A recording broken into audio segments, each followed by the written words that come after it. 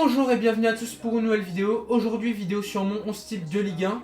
Donc je prends les performances de août, de septembre et le seul match aussi qu'il y a eu en octobre, je le prends en compte, même si ça va pas changer grand chose. Les joueurs que j'ai pris, je précise que c'est très facultatif, vous aurez sûrement pas les mêmes. N'hésitez pas à me donner les vôtres en commentaire, ça fera toujours plaisir de débattre avec vous. N'hésitez pas à aller voir ma dernière vidéo aussi qui est mon 11 type cette fois-ci en Liga. N'hésitez pas aussi à liker et à vous abonner comme d'habitude, ça fait plaisir. Et maintenant, place à la vidéo.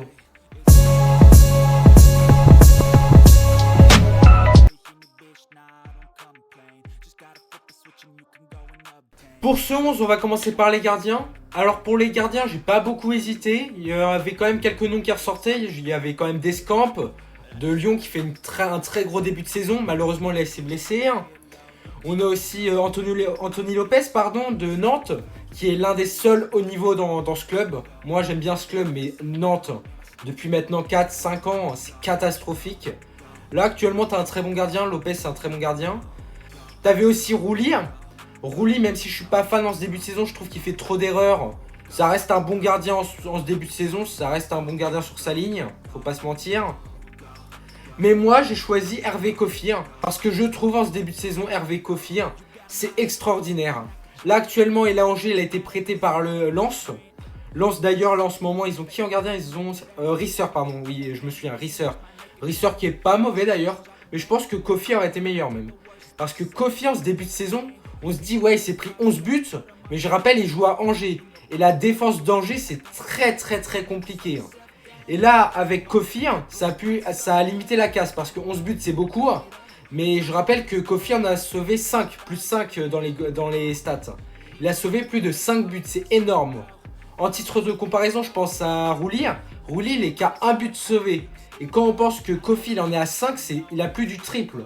C'est énorme. Donc voilà. Je sais pas si c'est un prêt avec option d'achat pour Kofir. Je sais pas, je pense pas. Je pense qu'il va retourner à Lens la saison prochaine, on verra bien. Donc voilà pour le gardien, il n'y avait pas trop d'hésitation. Ça a été le meilleur gardien d'août. Je crois que ça a été aussi le meilleur gardien de septembre, si je dis pas de conneries. Donc pour moi, il n'y avait pas trop de débat. Maintenant, on va passer au latéral droit. Alors là, pour le latéral droit, je vais pas mentir, ça a été assez compliqué. Je trouvais pas qu'il y avait des joueurs qui sortaient du lot. Il y a Achraf Hakimi, mais je trouve que son début de saison en Liga, c'est pas incroyable. C'est bon, mais c'est pas incroyable. T'as aussi Maitland Nice à Lyon. Je trouve c'est bon lui aussi, mais je sais pas, c'est pas un joueur qui sort du lot. Au final, j'ai quand même pris Jonathan Klaus. Là, ça peut être discutable ce choix, mais je trouve que c'est l'un des seuls joueurs qui sort du lot à Nice. Parce que Nice, en ce début de saison, c'est très compliqué. Je crois qu'ils sont 13e ou 12e du championnat, j'ai un doute. Et je trouve que c'est l'un des seuls joueurs qui sort un peu du lot. Un des seuls joueurs qui est au niveau. Je trouve que dernièrement, Klaus, contre les derniers matchs, je sais plus, à part contre Monaco où j'ai trouvé très mauvais. J'ai trouvé trop neutre, pas mauvais, mais je vais dire neutre. Mais sinon, à part ça, contre le Paris FC, j'ai trouvé pas mauvais. Contre Brest, je l'avais trouvé aussi pas mauvais. Contre Nantes, je l'avais trouvé bon. Mais c'est le seul joueur, je trouve, à Nice qui relève le niveau. Je trouve que c'est le seul joueur qui est au niveau. C'est dommage, donc voilà. Après, vous auriez pu prendre aussi Hakimi. Hakimi, il fait quand même un bon début de saison. Mais je trouve pas que ça soit un joueur qui sort du lot. Je trouve que Klaus, je sais pas qu'il est meilleur Klaus, mais je trouve que dans une équipe qui est en difficulté, Klaus il montre plus de choses. Donc voilà. Pour le premier défenseur central, du coup pour le défenseur central droit, je trouvais que pareil que pour le latéral droit, il n'y avait pas de joueur qui sortait du lot. J'ai beaucoup de défenseurs central gauchers, je pense à du Pacho, à Guerd et tout, mais j'ai pas de défenseur central droitier qui sort du lot. J'avais pensé à Mendy de Nice, mais il n'y avait pas de joueur qui sortait du lot. Donc au final, j'ai pris quand même Eric Dier. Malgré que quand même, je vais pas mentir, Eric Dier, quand il a signé à Monaco, je m'attendais largement à mieux. Mais je m'attendais surtout largement à mieux de Monaco. Monaco, en ce début de saison, je suis vraiment pas satisfait. Je m'attends à beaucoup mieux de leur part. Akliou, je le trouve trop décevant en ce début de saison, c'est dommage.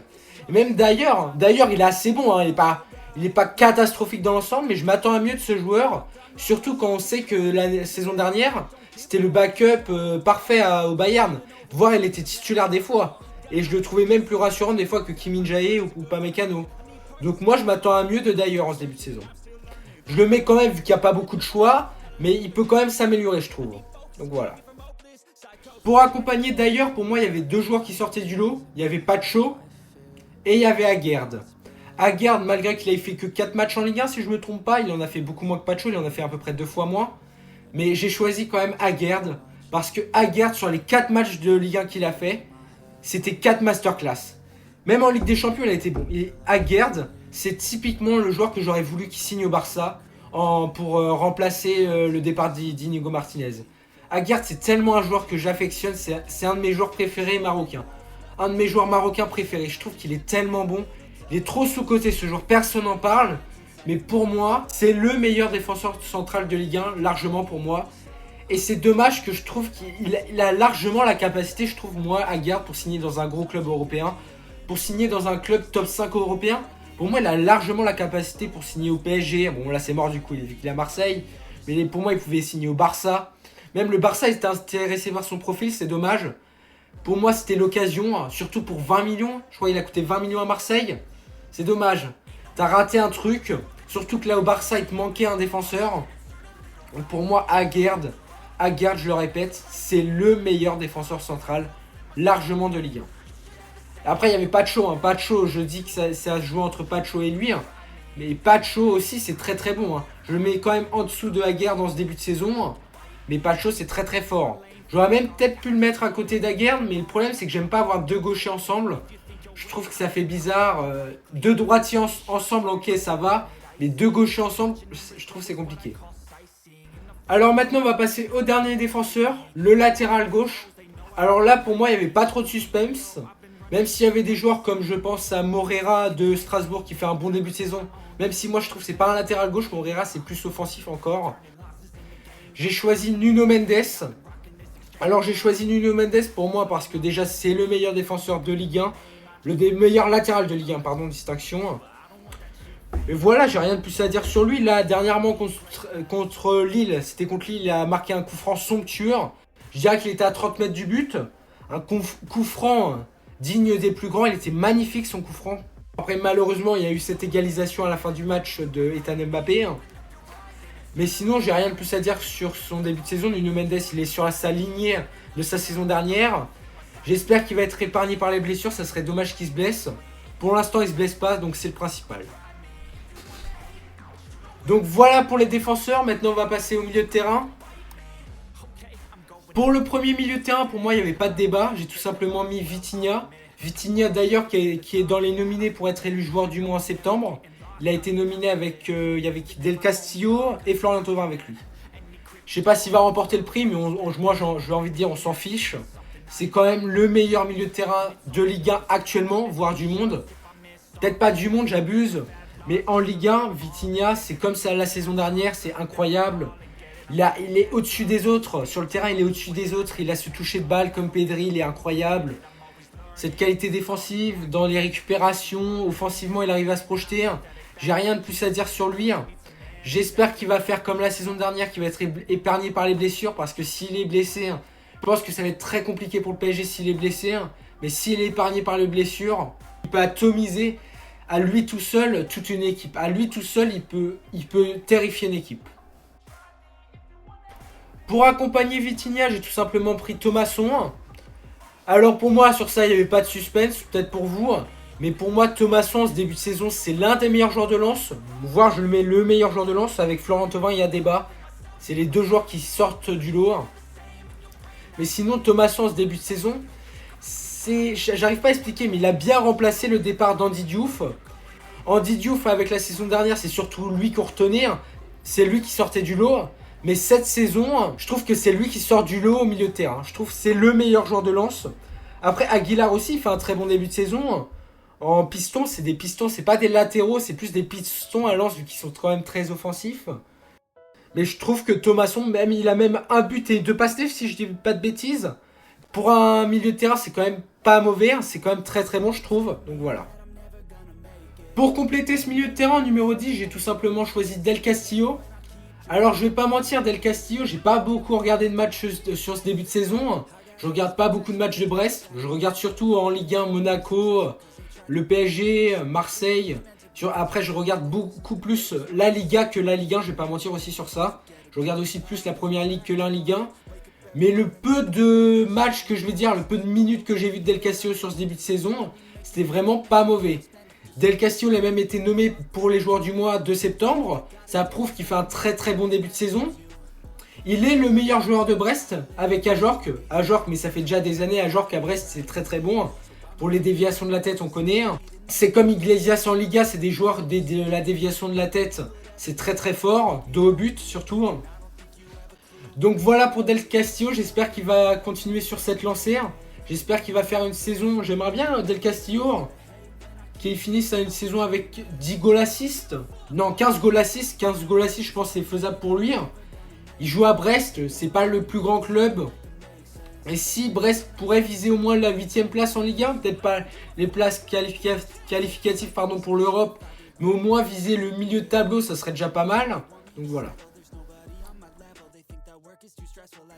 Maintenant, on va passer à la dernière partie, les attaquants. On va commencer par l'ailier droit. En ailier droit, du coup, vu que j'ai mis Del Castillo en 10, à droite, j'ai du coup mis Kebal. Kebal qui est le meilleur joueur du Paris FC. Kebal, je vais pas mentir, c'était un joueur que je connaissais pas.